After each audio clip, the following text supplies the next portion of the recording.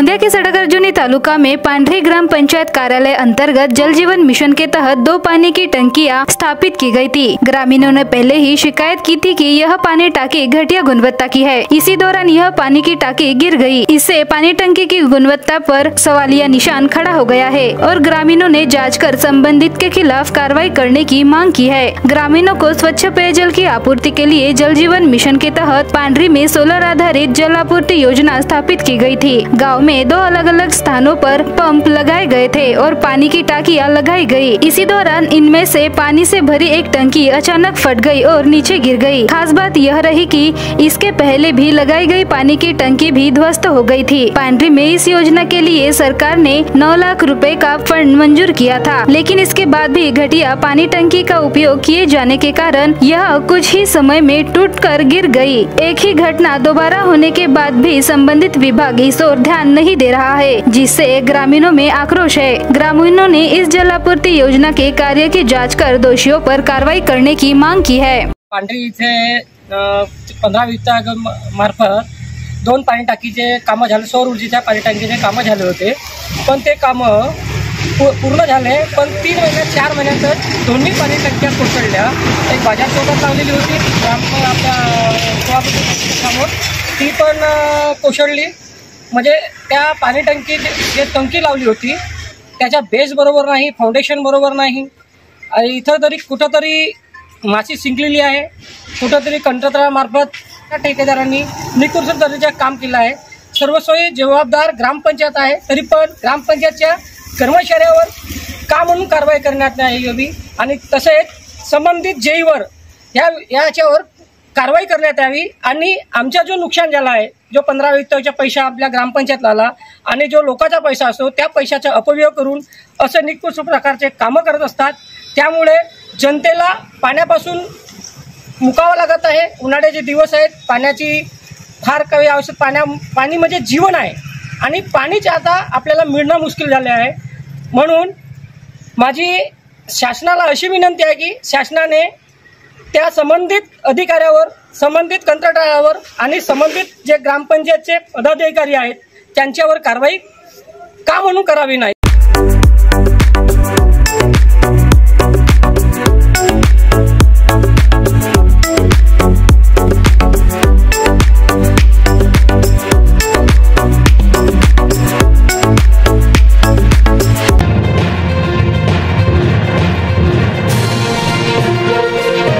हाल ही में पुणे में शराब पीकर गाड़ी चलाने की घटना में 2 निर्दोष लोगों की मृत्यु हो गई थी। गोंदिया जिले में इस घटना की पुनरावृत्ति न हो, इस दृष्टिकोण से गोंदिया पुलिस तैयार हो गया है। 2 पहिया व 4 पहिया वाहनों का निरीक्षण कर ड्राइविंग लाइसेंस की जांच की जा रही है। पुलिस विभाग इस बात की भी जांच कर रही है कि ड्राइवर नाबालिग है या नहीं, वह शराब पीकर गाड़ी चला रहा है या नहीं, गाड़ी चोरी की तो नहीं है ना। खास बात यह है कि आधी रात में भी पुलिस विभाग ने यह अभियान जारी रखा है। इस अभियान में महिलाएं भी शामिल है और वाहनों की सघन जांच की जा रही है। इसके अलावा पुलिस विभाग इस बात की भी जानकारी ले रहा है कि वे इतनी रात को क्यों निकले हैं और पुलिस विभाग संबंधित वाहन के चालक का नाम, पता और मोबाइल नंबर भी लिख रहा है। पुलिस विभाग की इस कार्रवाई से शराबी वाहन चालकों में हड़कंप मचा है।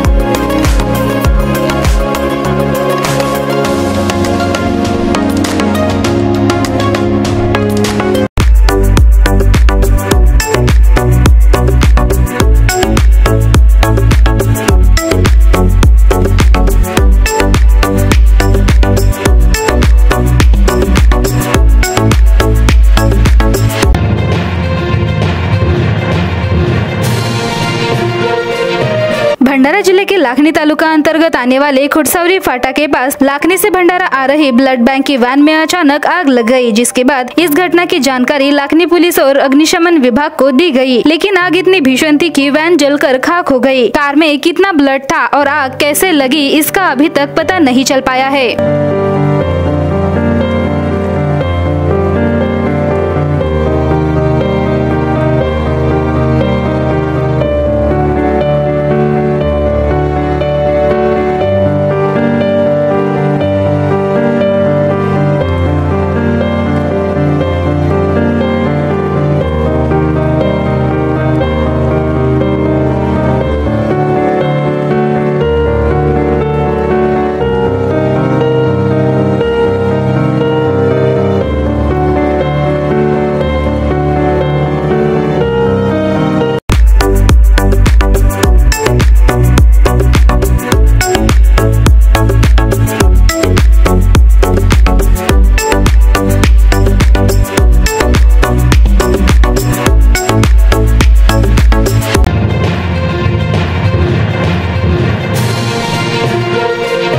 आर्थिक रूप से कमजोर एवं जरूरतमंद बच्चों को निशुल्क एवं अनिवार्य शिक्षा के अधिकार के तहत अंग्रेजी माध्यम के शालाओं में 25% आरक्षित सीट पर प्रवेश देने के लिए ऑनलाइन आवेदन करने की अंतिम तिथि 31 मई है। इस नियम के तहत पंजीकृत शालाओं में 25% सीटों पर लॉटरी पद्धति से विद्यार्थियों का प्रवेश किया जाता है। पहले आवेदन करने वाले विद्यार्थियों उनके घर से 3 किलोमीटर दूरी तक की शालाओं में प्रवेश दिया जाता था, लेकिन इस वर्ष शिक्षा विभाग ने विद्यार्थियों के घर से 1 किलोमीटर के दायरे में स्थित अनुदानित जिला परिषद नगर परिषद शालाओं में प्रवेश देने का निर्णय किया था। इस निर्णय के चलते पालकों ने आवेदन करने में रुचि नहीं दिखाई थी, जिसके बाद उच्च न्यायालय में यह मामला जाने पर हाईकोर्ट ने पुराने नियमों के अनुसार ही आरटीए प्रवेश दिए जाने को कहा था। अब फिर से दोबारा ऑनलाइन आवेदन न्यायालय के आदेश के अनुसार मंगाए जा रहे हैं। 17 मई से यह प्रक्रिया शुरू हो गई है। इससे पूर्व आए आवेदनों पर विचार नहीं किया जाएगा एवं सभी को नए नियमों के अनुसार ही आवेदन करने होंगे। प्राप्त जानकारी के अनुसार अब तक कुल 2190 एप्लीकेशन इंटर किए गए हैं, जिनमें से 1895 फॉर्म कंफर्म हो चुके हैं, जबकि 295 एप्लीकेशन अभी भी कंफर्म नहीं हुए हैं।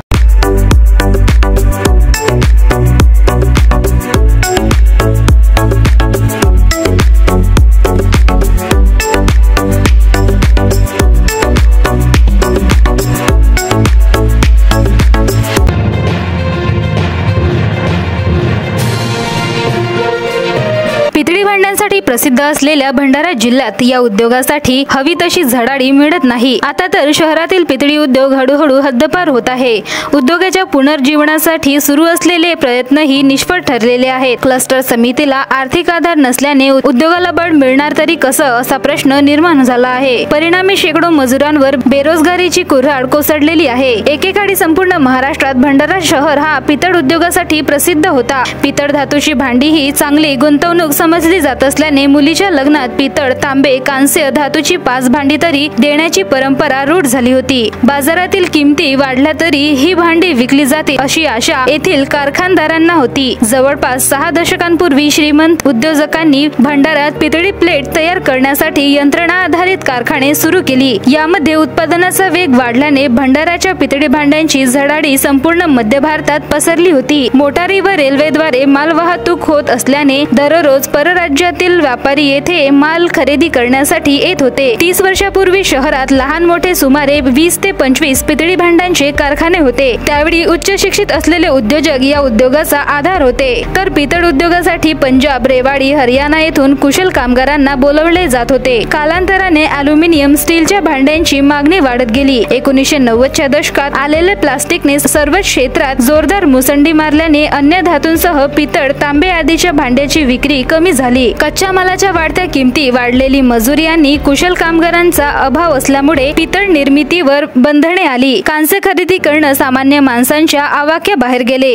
अगोदरच्या काळामध्ये आमच्या भंडारा जिल्ह्यातून अख्ख्या देशभरामध्ये हा पितळी घागरा आणि पितळी भांड्याचे साहित्य देशभरामध्ये जायचे आणि आमच्या भंडारा जिल्हा हा पितळी जिल्हा म्हणून ओळखला जात होता। आज अशी परिस्थिती आहे की पितळी उद्योग आमचा हा बंद पडलेला आहे। सुंदर सुंदर कारागिरी आहे, हाताची कारागिरी आहे। तर ही कारागिरी कुठेतरी जपून राहिली पाहिजे. याच्या कारागिरांना रोजगार मिळाला पाहिजे आणि सर्व कारागिरांच्या कुठेतरी चांगल्या पद्धतीने त्यांच्या पुनर्वसन व्हायला पाहिजे. आमच्या पितळ उद्योग हा धंदा चांगल्या चलनामध्ये राहिला पाहिजे अशी मागणी तुमच्या माध्यमातून मी सरकारला करत आहे. नवीन टाकळी भंडारा हा पग्गा जो उद्योग आहे हा नवीन टाकळीलाच आहे आणि या 2-3 वर्षाच्या पहिले 5 वर्षाच्या या ज्या कालावधीत 25 ते 30 घरी हा उद्योग होता आणि तो उद्योग म्हणजे आता कमीत कमी 4-5च घरी आहे म्हणलं तरी चालेल. हळूहळू कमी होत आला आणि कमी झाल्यामुळे या उपासमारीची वेळ आली आहे. कंपन्यामध्ये कच्चा माल तर येऊनच नाही राहिला ते तर सोडा, पण जेथे 5च महिन्यात ह्या कंपन्या बंद होतात. मग जे 12 महिने मजुरांनी काम केला पाहिजे तेव्हा त्यांना काहीतरी पोट भरेल, आपला परपंच चालवेल. पण ह्या कंपन्या व्यवस्थित 8ही महिने चालत नाही. ज्या दिवाळी दसऱ्यात चालू होतात आणि 5व्या महिन्यात बंद होऊन जातात. मी आहे बाळकृष्ण शंकरजी आखरे, मुक्काम केसवाळा. मी आता कमीत कमी 18 ते 20 वर्ष झाले काम करत आहो आणि काम एवढा चालत होता पहिले, पण आता 2-3 वर्ष झाले कामाची बंदी होत आहे. तर ह्या पितळ कामाकडे लक्ष द्यावा, गव्हर्नमेंटची हीच मागणी.